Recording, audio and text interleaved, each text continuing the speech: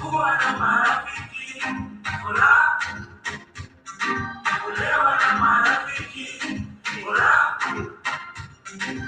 kuwa na marafiki, furaha, kulewa na marafiki, ninatetea magumu, wanajua bode bode kaidia. Mabada na masisa, kupeni dili zote nilitakia. Mwana,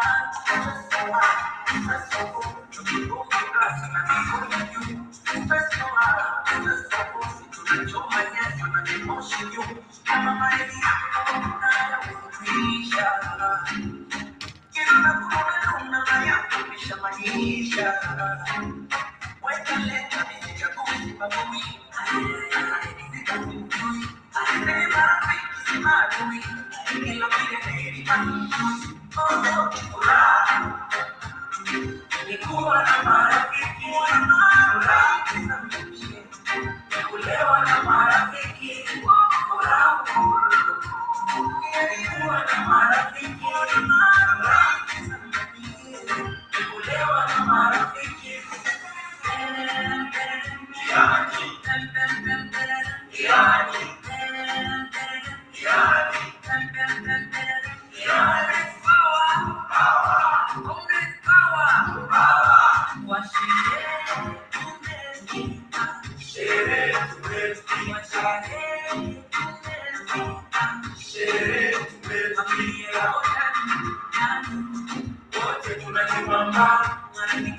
Yes, what's up, one family? Karibuni sana to yet another episode, another broadcast right here on the Black of Fire Network Media for the 21st century. This is the Rhythm Scoop Show, and our apologies. Our Mevo camera is acting up. We don't know why, we can't tell why, but it has decided today, we won't be able to get the vibe with it. But karibuni sana, we're still presenting you the show, and I hope you get to enjoy it. And of course, I got my co-host Kate. Yes. Karibuni sana family to yet another broadcast of the Rhythm Scoop Show, where we get to bring you nothing less but entertainment. Yes, and that's what we are all about. It's all about art, entertainment, and culture. And of course, this is the Rhythm Scoop Show. It is exactly 6 minutes past 5 p.m. right here in the 254. And in case you are tuning in with us, kindly feel free to interact with us. We are on every platform. We are on Facebook, on Twitter, and also on Instagram. And of course, do let us know how do you feel about this particular day. We're getting into the weekend. You can also include us. What are your plans for the weekend? And of course, I'll be engaging with Kate to see what are the plans she has for the weekend. But for now, enjoy this amazing vibe. This is the rhythm, the rhythm of Kate's show, if you have realized. But they did get to do a remix, and it is actually number 11 on trending currently. That is the 254 vibes plus the 255 vibes. And of course, when we come together as African people, we do something great. But for now, enjoy this amazing jam. We shall be back after this short musical break.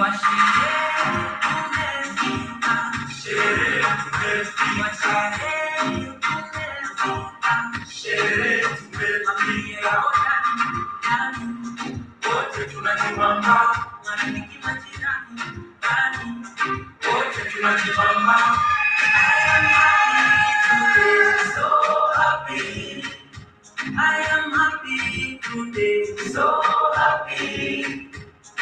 Sisi ni walevi, tunapenda kamweso. Sisi ni walevi,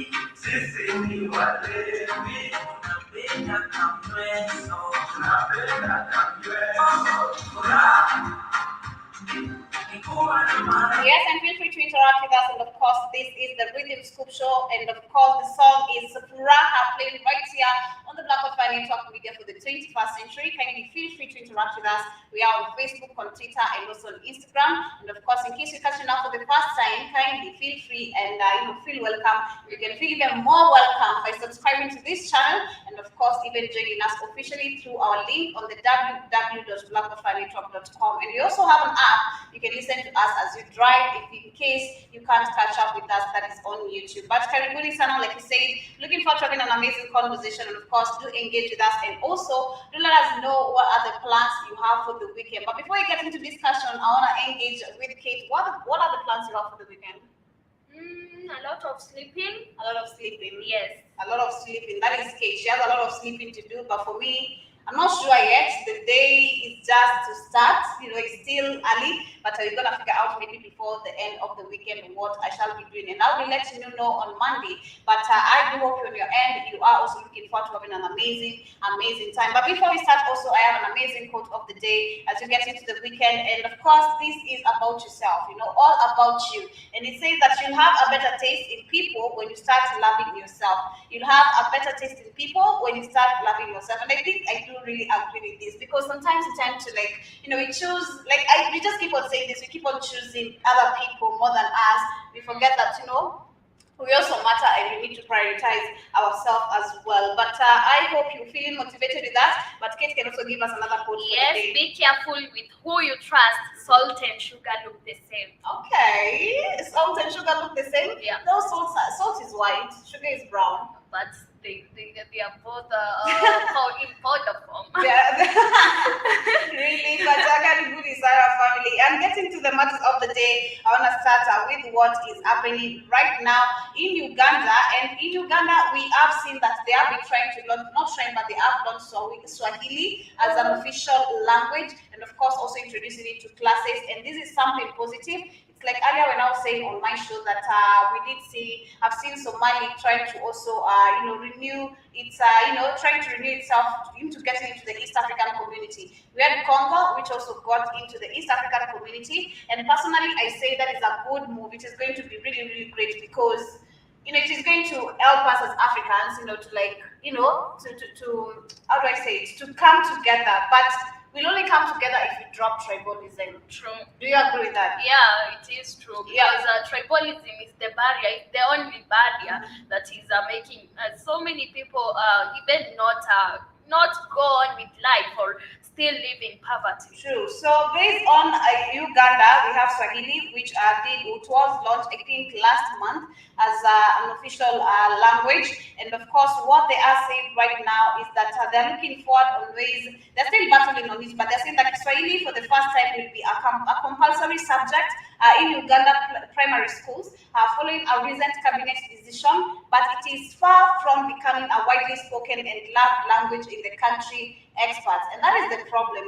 Most people would prefer talking mother tongue, talking all the languages in our tribes and all that, but no one wants to learn about Swahili. So it is going to be hard for Uganda for them to know Swahili. But I believe it is possible. They can if they are willing to. That is my own decision, my own thinking. But I think with about 200, maybe Swahili will be very simple for them to learn, because do remember their English is the worst. So I know. I think Swahili they will adapt to Swahili very good, and also they will love it. I think it's very easy for them to learn Swahili. I know Swahili is not hard. It's like kids also trying to utter some words. Swahili is not really hard if you're willing to learn something, you do know it. But they're saying with about 200 million speakers, Swahili is the most commonly spoken African language, and used in nearly every country in East African community, and is one of the bloc's official language. And but few people in Uganda use it. That is true.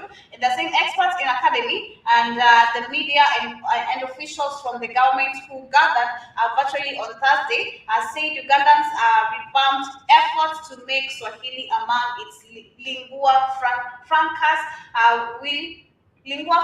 will not be an easy ride, and as a series of challenges may impede the process. Personally, I just think this is really, really amazing. But I do hope they can also be willing to, make an effort to it. And also, we need great teachers for also Swahili. We don't need people teaching Sheng like the way we speak Sheng in Kenya. We need people teaching the proper Swahili. But they're also saying that Julius Baluku, a lecturer of Swahili, he comes from Kambogo University in Kampala. He said that Ugandans' negative attitudes toward the language is rooted in the history of its use by oppressive military and security forces in the nearly 1980s, and causing them to associate with cruelty and crime. And the same Swahili will no longer be viewed as a language for hooligans and the thugs. So that is how Ugandans have been viewing Swahili. And maybe, who knows, maybe most of the African countries, they assume Swahili maybe is for hooligans and thugs.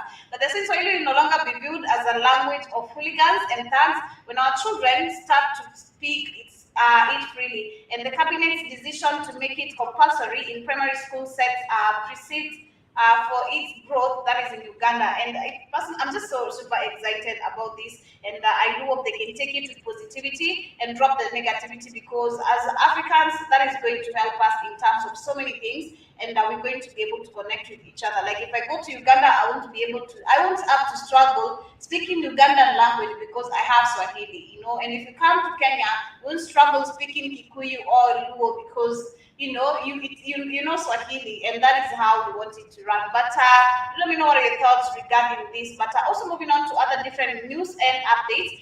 It's about the WHO, and of course, how the WHO works. But right now they are coming on with a monkeypox emergency once again, and the reports are coming in. They're saying that monkeypox experts have discussed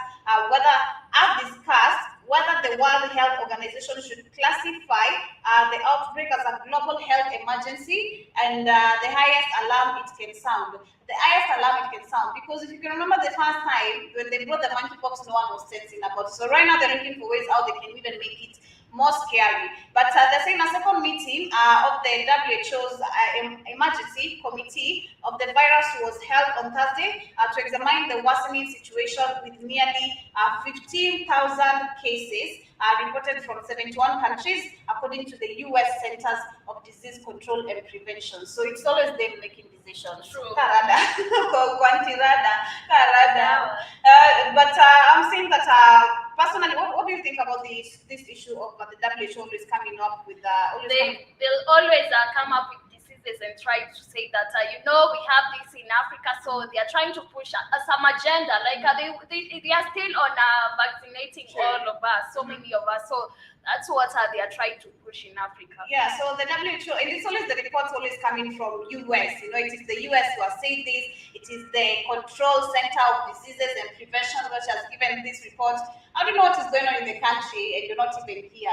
It's like you telling me, I cooked ugali, and you don't know I've cooked ugali and you've not been in my house, but you're sure I've cooked ugali. That sounds crazy. That's super crazy. But they're saying on 23rd, the WHO convened emergency committee of experts to decide if monkeypox constitutes a so-called public health emergency of international concern, and the UN Health Agency gave this particular highest alert level. So definitely they're looking for ways on how they can scare people, because the first time they tried it with the monkeypox, it didn't work. We saw that people did not react to it. Like we had COVID. People wearing masks. Kidogo, when you cough kidogo, they think you have COVID. Yeah, they start looking at you very weirdly. It is really, really insane. But it is the alert to our people. Our people will be the problem if they don't get the alert and what the agenda is. But I say, Keith, you are with us, and you're saying yes, Joby, the language is supposed to unite us, and yes, I do agree with you. But if people are taking the language to the negativity, claiming that Swahili is for hooligans and thugs, then I don't think that is going to help us, like African people, to unite together. It is supposed to help us in terms of businesses, in terms of, communicating to each other, in so many things. Swahili would bring a lot of unity among the African people. But very true, very true. But we're going to take a short musical break, then we're going to be back. And of course, we're also going to be having news and updates from kids.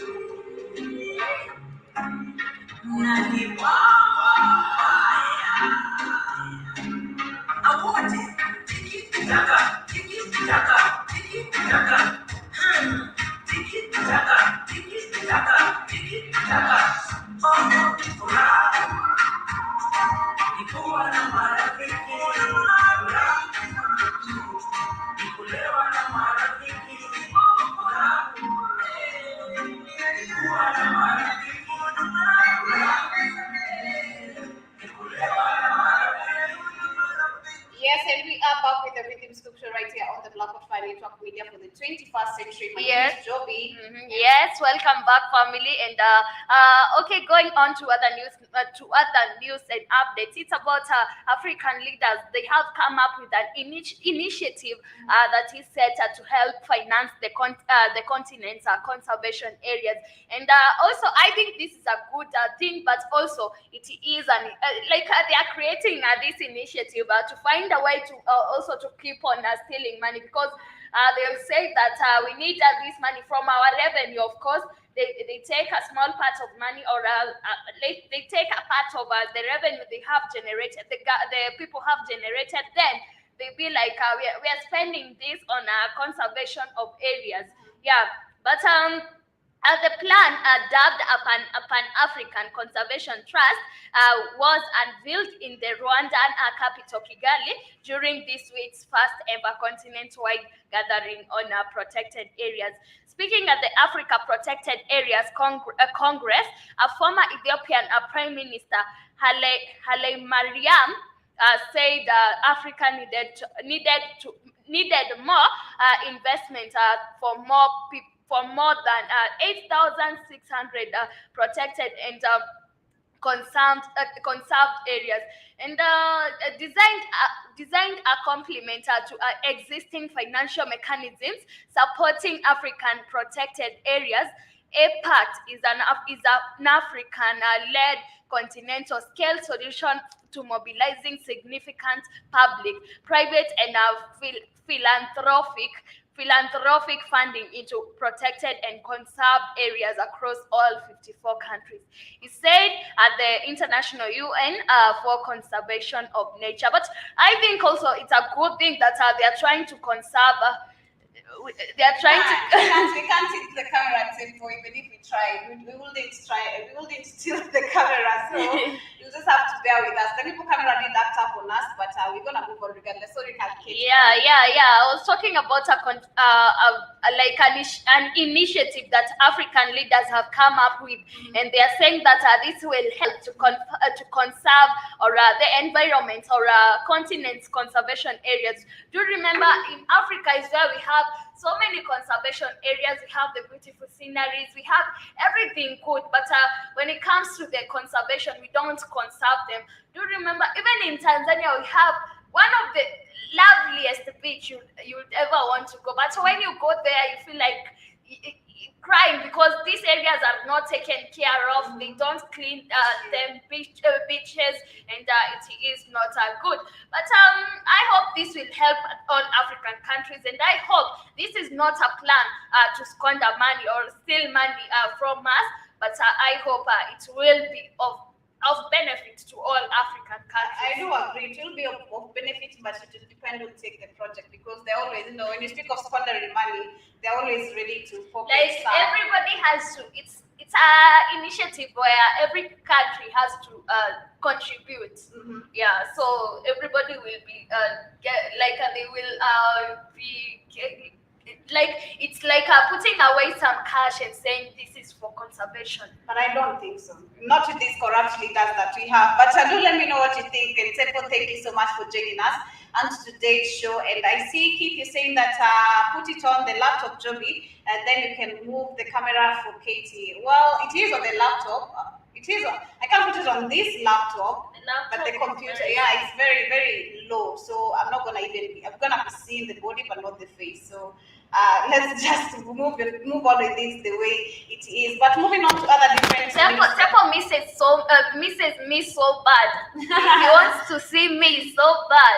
See, the vibe. It is a vibe. I know with the people camera it is more even of a vibe, because everyone is seeing the two of us, but still. Even with the voice, it is still a vibe. But moving on, we have been speaking of injustice in the African continent, and it has been on and on for so long. And what is really happening is that the people who are supposed to be protecting us are killing also the people who are protecting us. And I'm speaking of the police officers who are killing also the lawyers. Because do you remember the lawyers? Lawyers out, they do also, do they protect you? They do protect you from certain cases, of course. And the policeman is also supposed to protect you. But what is really happening in our Kenya right now, there's a police officer who has actually been found guilty of murdering human rights that was a lawyer, and the guy goes by the name Willie Kimani, and they're saying a Kenyan court has found 3 policemen and a civilian guilty for the murder of a human rights lawyer and 2 other people in June 2016. That was in 2016. We are in 2022, and you can clearly see from that gap how long it takes for people to get justice, the families especially. But the saying that the bodies of Willie Kimani, his client and taxi driver, were found after they had been dumped in a river on the outskirts of the capital of Nairobi. Then here comes another problem. You clearly see, Kate, what it comes again. It comes again where we also have a problem. When you think, whether when you talk of the rivers, because these are police, they're supposed to be protecting us. These are cases that happened in 2016, but we're in 2022, and then they're saying the bodies were found in the river. So this clearly shows even our rivers themselves, they're very unkempt. Like they don't even check or improvise on how the rivers are or what's really going on. These are the same. You'll find in Africa is where you find that we have all types of animals going to that river, drinking water direct from the river. Then there's maybe a cow peeing there, and people still go and wash their clothes there. Then you have then the others who go and bathe. Then the others who come and fetch this water to cook with. Yeah, you find guys, this is really crazy. But they're saying that the case caused national outrage and it highlighted the many extrajudicial killings and disappearances that have been blamed on the Kenyan police. And the 4th policeman was also acquitted. And they're saying that I'm satisfied that there was no reasonable hypothesis that can be made on the basis of the evidence before the exempt that of guilt. And they're saying that Kimani was defending motorbike taxi driver Joseph Mwenda, who had accused the policeman, one of the 3 officers found guilty of shooting him for no reason at a traffic stop in 2015. And the Kimani, Mwenda, and their taxi driver Joseph Mwiriru was seen. That was in 23rd June 2016, and the multi-tab bodies were recovered 2 weeks later in a river almost 100 kilometers from the city. And they're saying outside the court, Kimani's widow, Hannah, said that the verdict had brought justice and was a source of comfort to our hearts, even though it may not bring Kimani back. At least Kimani will not be included in the statistics of people who went through torture, went to abduction, tortured and killed without getting justice. This is really, really sad, and we've seen so many families who have also gone through this. Like we have so many people who have gone through the same thing, where we have injustice. And if you don't have money, you'll never be able, especially money. Money is like the key role of everything, and connections as well. If you don't have connections, if you don't have protection from any source of the government, it is very easy for people to kill you. And this is someone who was really wrong, because we also have that tendency where we have policemen always shooting at people for no reason. Just for no reason, you just remove a gun and you shoot someone for no reason, which is so crazy. But I do hope that the family do get, it has gotten justice, yes, but I do hope that they can also be compensated for this, because that is a long period of time where you're trying to investigate something, and I'm certain the evidences are there, but they're always trying to come up the evidences, because these are people who are working for the government. But do let me know what are your thoughts regarding this. And I think, Sepo, you want to see Kate in South Africa. I bet she will be there. And you're saying, Kate, that's nasty, Kate. I don't know what. I bet he's talking about what I said about the rivers. Yeah, it is crazy. There, people washing their clothes. It happens. That is true. We have people washing clothes there. They go fetch the same water. They go drink with. Bodies are dumped there, and the same rivers are supposed to be protected. There was a time in school. I remember there was a time in school we had those big tanks.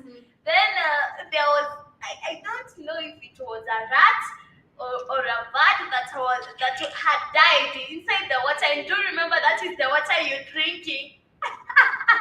That's so disgusting. That is so disgusting, man. And people were drinking that water, like the birds died. Like it was there for quite some long time. It's insane. You know, monitoring what you take in your body is really important. That's why we get sick because of just simple such kind of things. But on that particular case, I do hope that this family, despite them getting justice, I do hope that more of the families who have not gotten justice in the country can also be done the same. But moving on to other different news and updates, it is coming from Nigeria, and in Nigeria we've been having attacks going on, the kidnappings and a lot of things going on. And so far, I have Katie when we were talking about it on your show. You know, I think something to do with there's something you mentioned, and I heard you mention like how is it that we have, you failed to give insecurity. There's something you mentioned. I can't It remember. was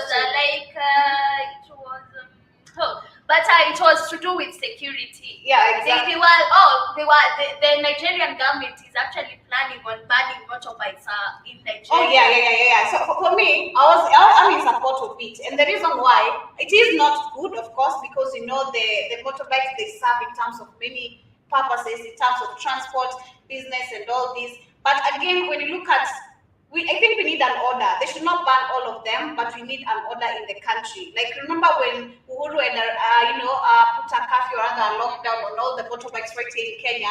It was to monetize the behavior of these people because most of them, being honest, they're included in crimes.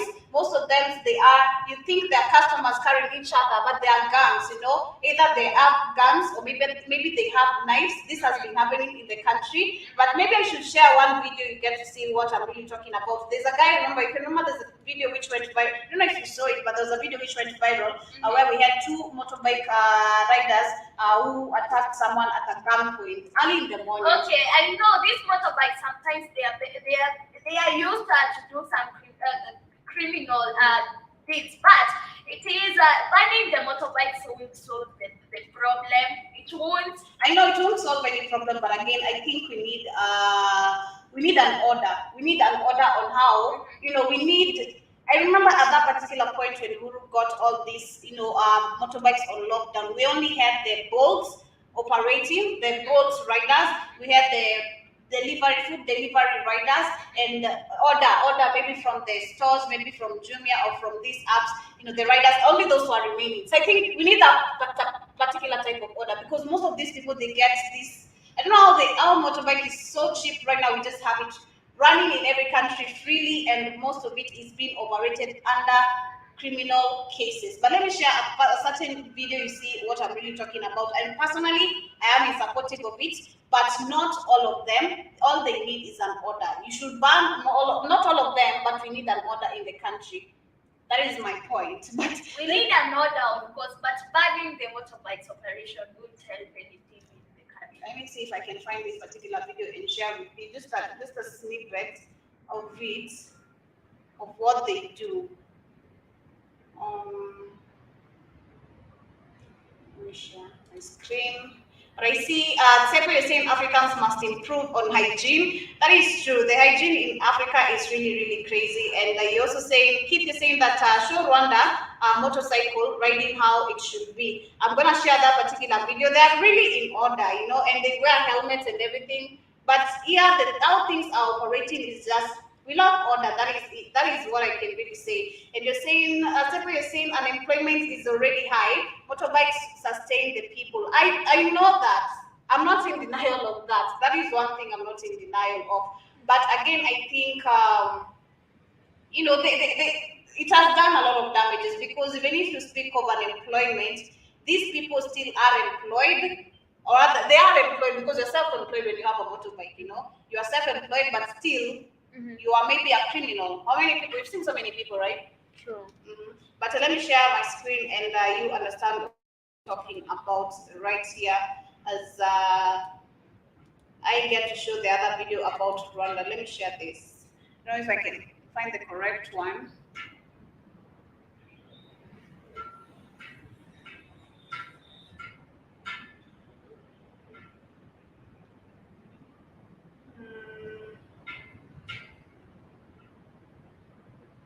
This is robbery in Kayole, not Kayole.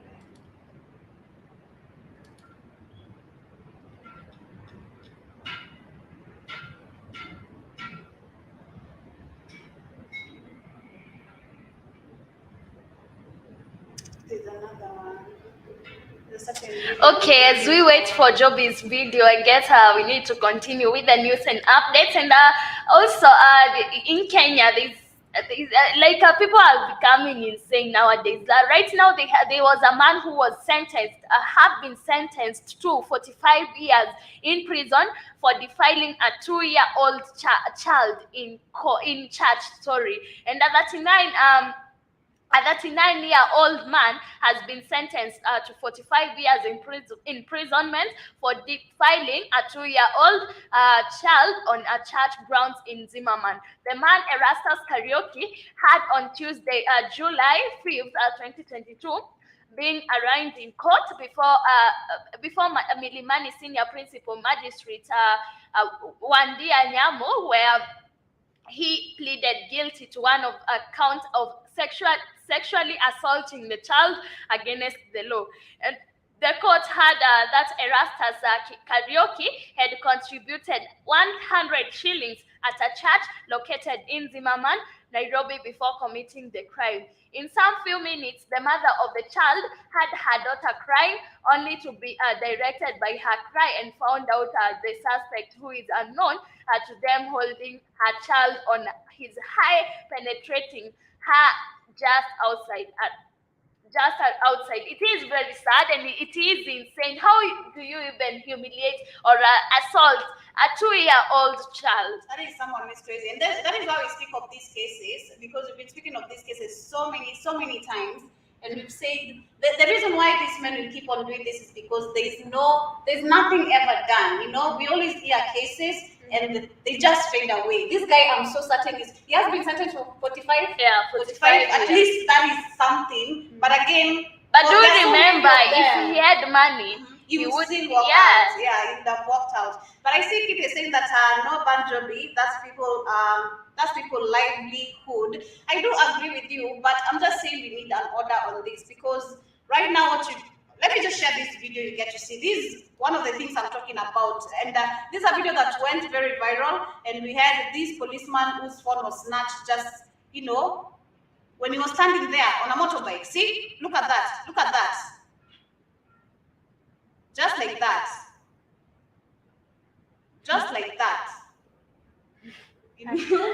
Pande alilala mteja.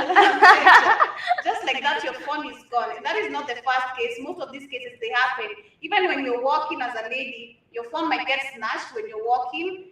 Like, things do happen. Like, crazy stuff do happen. Let me share another one.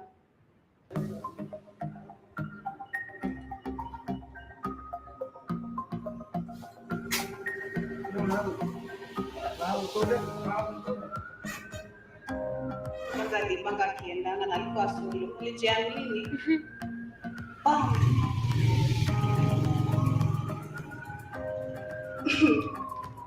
This is insane. The city we are living in. So all I can say is that we need an order on this. But going back to that matter that Katie was talking about, that is really insane. And all I can say is that we have gotten to this particular point because we have not, the country has not done anything about it. The government has not done anything about it. The society has not done anything about it. It happens. A guy is released on bond, then that's it. Then the same mistake someone else is gonna make, they'll be like, see, they just do it then structurally or nugget. But no, that is really, really crazy. Let me show the videos of the Rwanda, Keith, what you are requesting, the Rwanda motorbikes, and we get to see how they operate. But personally, I think I've seen the videos on how they do operate. Let me share.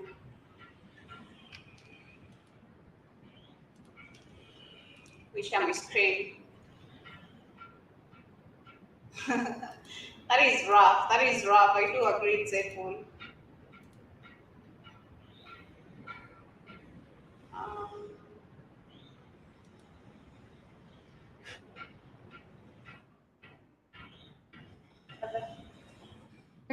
Natafuta ni usioni.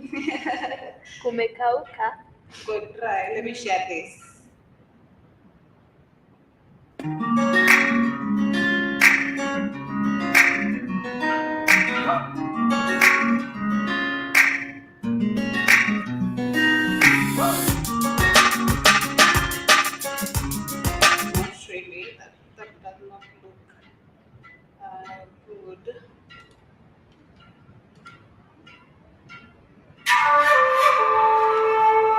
Dear friends of Pinlock, welcome to Rwanda. Of course, I'm with my Pinlock helmet here. No. But you do get the point. My point is that we need, we need to have an order in the country and get to figure things out on how things can be done in an orderly way, because most of these bikes, even if they're most even stolen, seen even people stealing bikes.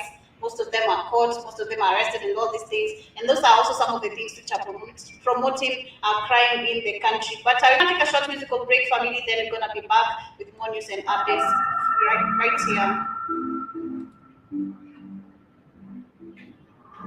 Rico Beats, Mr. 808.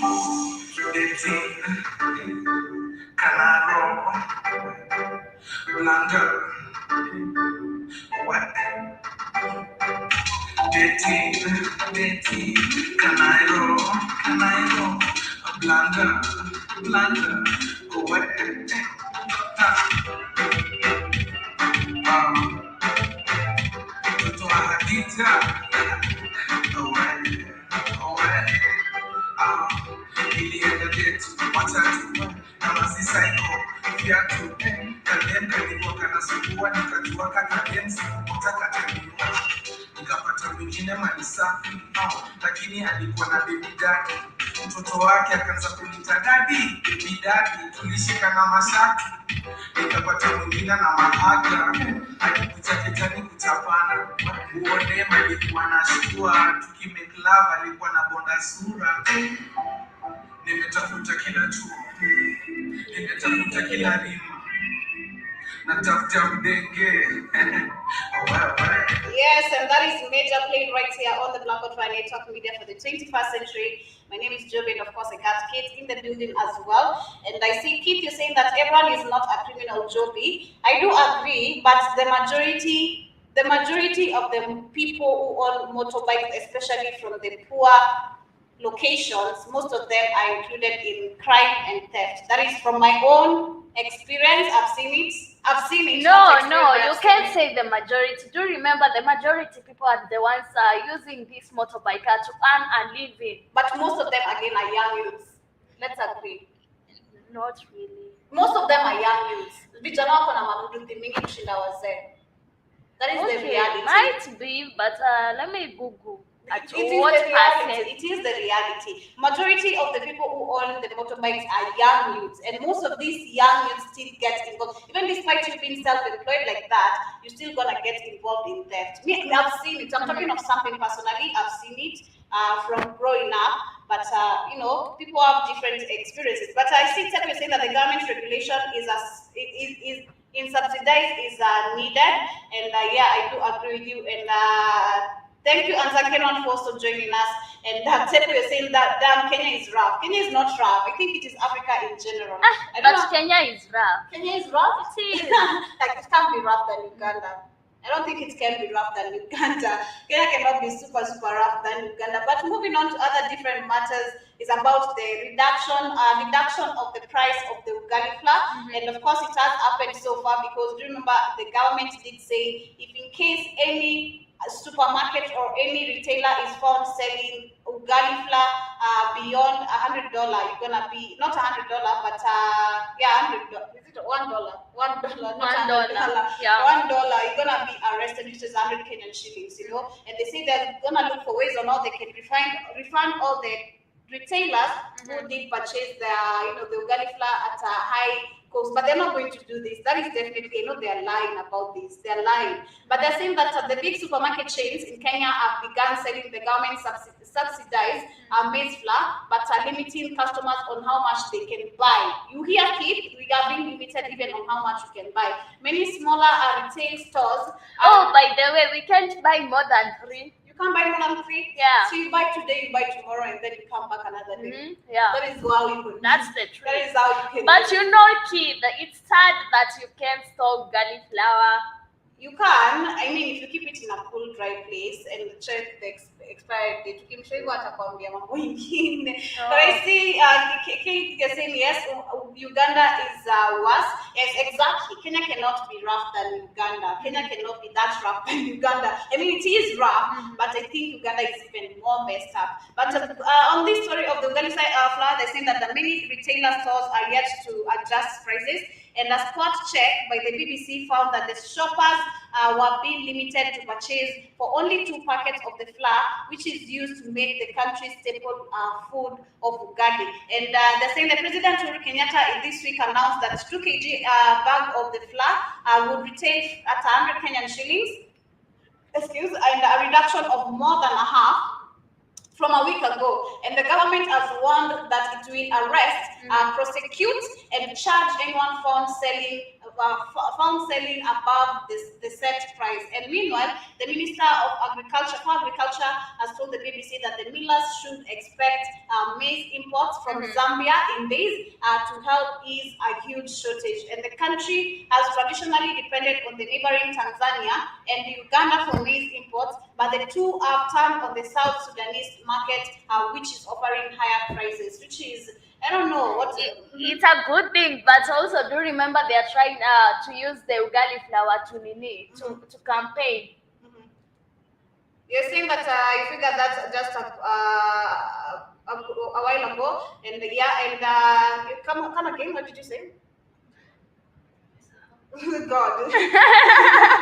Really? But yeah, personally, I'm really happy that this is going to help people. So if you're only clever, you can buy today, buy tomorrow, and stock a lot of food because you're going to be facing food shortages. So let us know what are your thoughts regarding this. Moving on to other news and updates. It's about Kenya, and I don't know what's wrong with Kenyatta. I think Kenyatta is going insane. Right now, he has come up with a plan, or I don't know what he's planning, but he has said that the government has declared 5 million Kenyan shillings reward to all Kenyans who will do the following. And the following is, he tells Kenya, in order to ascertain he's giving this money to Kenyans who will admit that they don't file their returns, they don't pay taxes, and then he thinks that Kenyans will fall to the trick and say that we don't pay taxes,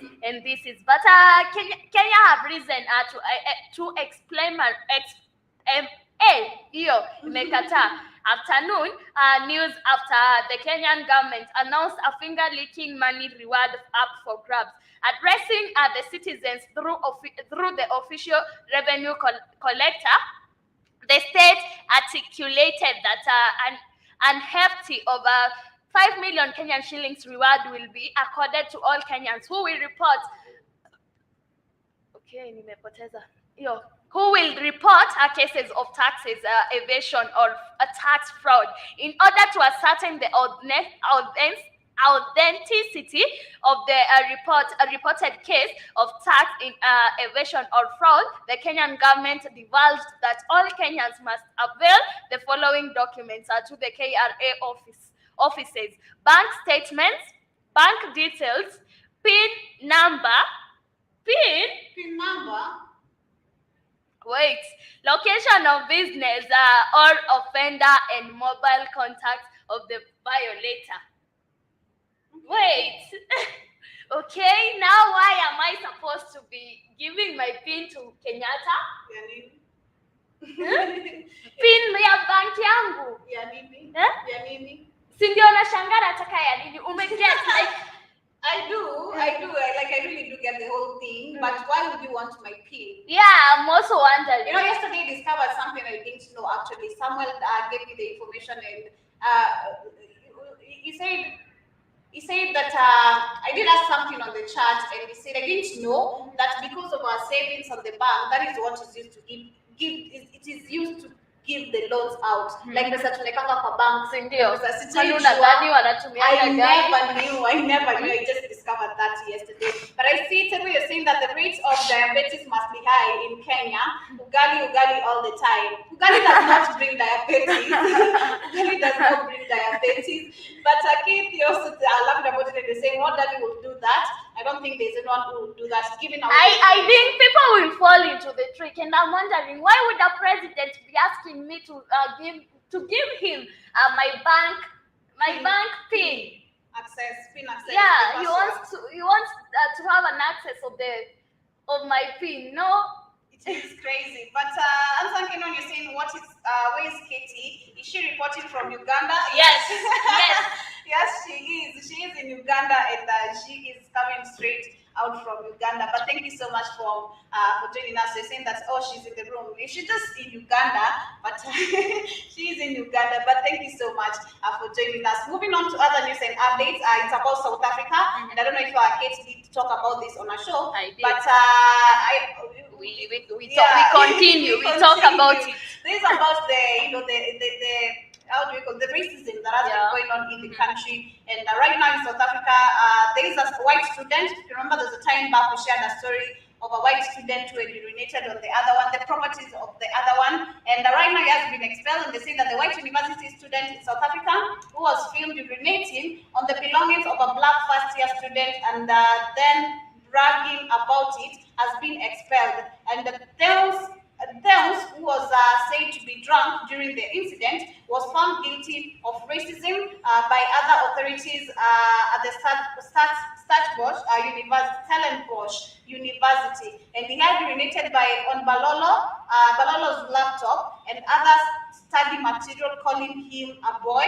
And the incident in May sparked an outrage across the country and led to protests. And the university held a disciplinary hearing from the 15th May, concluding it on the 23rd of June, and that is really amazing. This is positive to report, and I do hope that the rest can also be facing the same, because we saw actually the guy in Malawi was also, I don't think he has been arrested though, but he's supposed maybe to go in court. But people like those should not even be given mercy, because for them they're mob merciless. justice. Yeah, they should be facing mob justice. But I see Tepu is saying, of course it does. Starch is converted to sugar. Well, for me, I don't have diabetes. Do you have diabetes? No. Of course not.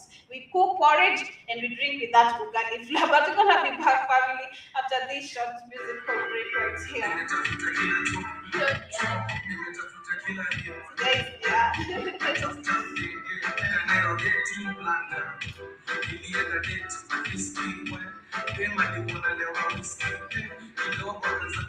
Baby, umenitoa tu hapa, unayemanzea pendi pako zangu, anataka nichore mamurio wangu, anataka nichore ongolo yangu yaende, ili nibaki peke yangu, unayakisikia sauti ya mademu, eshinde akisema, sema I love you, sema I love you, nasikia mademu, sema I love you, nimetafuta kila nyumba. Natafuta mpenge.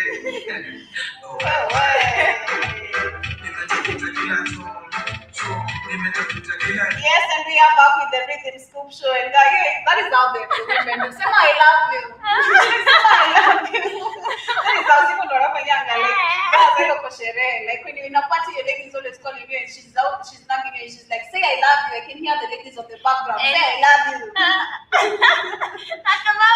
Gangster. I'm attacking my boys who are still kissing. I love you. But moving on, family, to more news and updates. They are coming from US, and this is the propaganda that has been going on. It is about Joe Biden testing positive on COVID, and they are saying that the US President Joe Biden tested positive for COVID-19. That was yesterday, and with his doctors saying the 79-year-old leader was experiencing only mild fatigue and would isolate the White House for a while, carrying out his duties. And Biden, who posted a picture of himself working at his desk, tweeted that he was doing great and apologized for missing a scheduled event in Pennsylvania. And this is just a lie. We know that this is just a lie. They want to he probably didn't want to go to that event. Not really, but they want one maybe. But again, they are trying to bring a certain propaganda and attention and making people realize that this is real as much as it is not real. They're trying to lie about it. But I see Tepo, you're seeing that the white people feel blacks are encroaching on their territory, but it's actually the other way around. True, I say that. It's like the way I was sharing about the South African farms. I was like, this people, the whites are calling them their farms, the white farms. The South Africans are calling it the white farms. It's not the white farms. It belongs to the African people. But I see Anzakinon, you're saying that when are you guys going to make some Ugali vodka? Ooh, please. Who would take that? Ugali vodka. Tutamtengenezea. I'm gonna make it for you maybe, but I've never When are you coming down to Nairobi? I'll make you. Yeah. But I think they say that Kitty and Joby don't understand they're young and it happens over the time table. And I don't know about starch being converted to sugar. Probably that's what causes diabetes on people, but I don't know. But moving on, family, to other news and updates, it seems like people living with HIV/AIDS, their days are coming brighter every day because right now there was a breakthrough in AIDS, and infected people can be cured with a single injection. This is a true study, and a recent study in Tel Aviv University suggests a novel AIDS treatment that might be developed into a vaccine or used as a one-time treatment for patients living with the virus, which is a rekindled hope in finding a cure for the human immune virus. And the research looked at changing type B white blood cells in the patient's body to release anti-HIV antibodies in reaction to the virus, according to the report on Friday that confirmed the breakthrough cure. And the study was directed by Dr. Adi Bazel and PhD candidate Alessio Nemad, and collaborated with the Dotan Center for Advanced Therapies. But also, there might help, but also to remember they are still on an agenda here, because this vaccine, it might help, but also I don't see how. But family, do let me know what you think about this matter. I don't know what I don't know. Okay, that is my view. I think it is a good thing, but also it will have some consequences. Yeah, there must be some consequences. It is good, and the problem is you can never know what is in the vaccine itself. Yes, it is going to help them, boost them in a long-term type of thing. But again, you don't know the repercussions of it and what it contains, or if it is meant to even shorten your life or to prolong your life. That is the problem. We don't know anything. And I think it is saying that AIDS was cured over 35 years ago, Dr. Sebi, and I don't know about that information. Was it cured? Cured. Was it cured?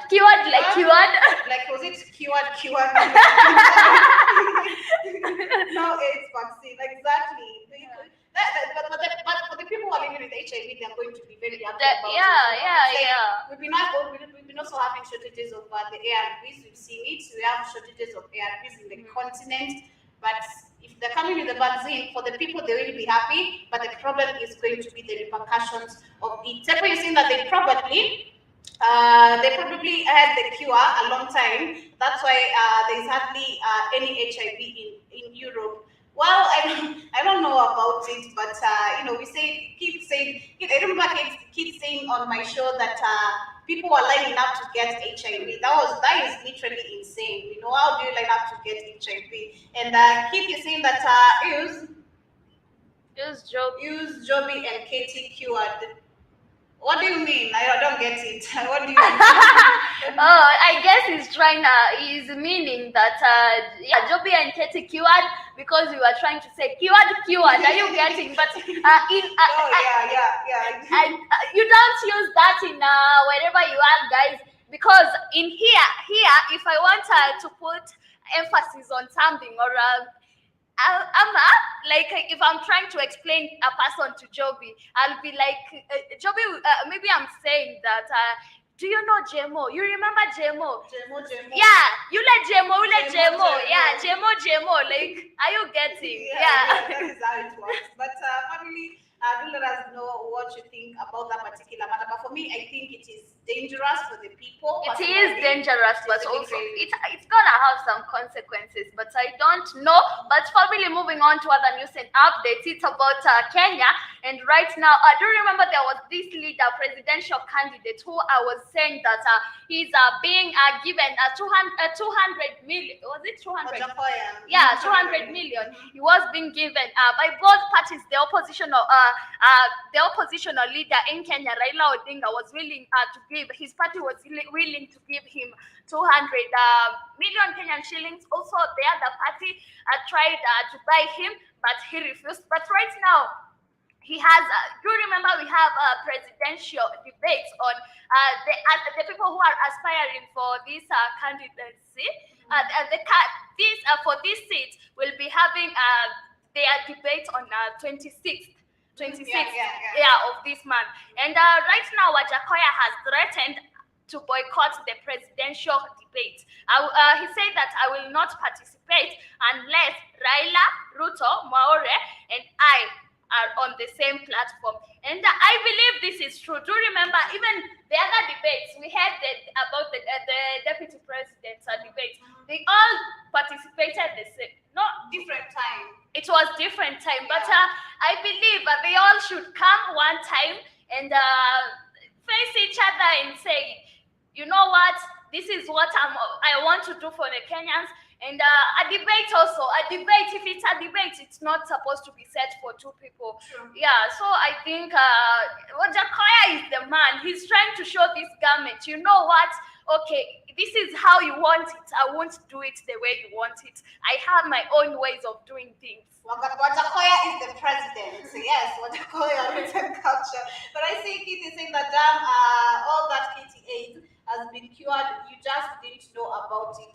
Personally, we didn't know about the information, but thank you for letting us know. But as we get closer to winding up, speaking of the political issues that Kate did just mention, we also had deputy president debate. And one of the guys was asked, what is the price of kerosene? And he says, I don't go to the supermarket. And these are the same people who are supposed to be elected for these particular seats, and even they don't know what are the prices they cost, and since when did you even have kerosene in supermarket, which is really, really crazy. But let me share this to say, politicians in this country is that they're simply out of touch and you're unable to solve the problems that we face. I'll give you an opportunity tonight, Honorable Gachagua, to start to make your presentation on cost of living by first telling us what is the cost of milk today? The cost of milk, Retail. the farmer sells at 42. At the supermarket, some places 120 per liter, others is 130, depending on where the supermarket is. Kerosene? I don't go to the supermarkets. What is your presentation tonight on dealing with the cost of living, knowing very well that I want to say I'm happy now we are where we need to be. Audience, please maintain silence. And for the record, issues with what we've been talking about throughout. These issues impact on how we fund the projects and all of these other subsidies we'll be talking about. So there's no non-issue tonight. What I'm saying is that I'm happy that we are discussing the high cost of living, the inability of Kenyans to buy food, because a mistake was made maliciously. He's just speaking, he just looks like a corrupt person. He just looks like a corrupt person who does not even understand what is going on in the country. But I see Keith is saying it's out of touch with the people, definitely. And you're saying exactly, Keith, one does not release a poison without having an antidote from the start. And they caught him. Yes, they did. They caught him. He was asked, what is the price of the kerosene? He's like, I don't go to the supermarket. Since when did you hear that? But I'm really coming closer to why he. But this man I'll still see him as a stupid person. How dare you say that? And since when did you hear kerosene being sold in supermarkets? No, let's be realistic, guys. He's crazy. This man is very stupid. And those are the leaders we're supposed to be electing. Who don't even It would have been better saying that I don't know instead of saying I don't go to the supermarket. Yeah. But I keep saying that we don't have the cost of living and we don't have the cost of living. But Ansakina is saying that they don't have to Bush in 19. They did that to Bush in 1992, the price of milk and I don't know, but yes, I'm waiting to see the presidential debate. It's going. I bet it's going to be really, really amazing to hear what their thoughts is going to be. Who else is going to say eggs? Or maybe they are found in the kitchen, or maybe somewhere else, or maybe eggs are found in the cow. Anything can come out of these people's mouth because one, they don't even have connection with their own people, and that is the problem. But Asanteni sana for joining us, and this has been the Rhythm Scoop Show, and those are the news and updates that we had for you today. It is exactly 4 minutes past 6 p.m., and I'm looking forward to joining you at the Africa Today show today. So much love. Kate, closing remarks. Yes, asanteni sana for being with us on today's episode, and we are much grateful for the Mr. Hot Fire. Happy birthday! Hope you're enjoying your day in that place with the poor internet, but hope you're enjoying your day so far, and to many more. Yes, much love, family. Have an amazing, productive day. And to those who will be with us on the Africa Today show, I'm looking forward to seeing you there, and have a lovely weekend in advance. But see you on the Africa Today show. Much love. Nimetafuta kila choo, nimetafuta kila rima, natafuta mpenge. Nimetafuta kila choo, nimetafuta kila rima, natafuta mpenge. Kaneno neti mlanga, maramisho miko na neti. Nimalimisho, I have a lot of girlfriends. Kidogo mahaga, akiona chali mahaga imezi. Ninataka penkami, anapenda redi kami, anapenda jendi kami, siku lidi kami, ninataka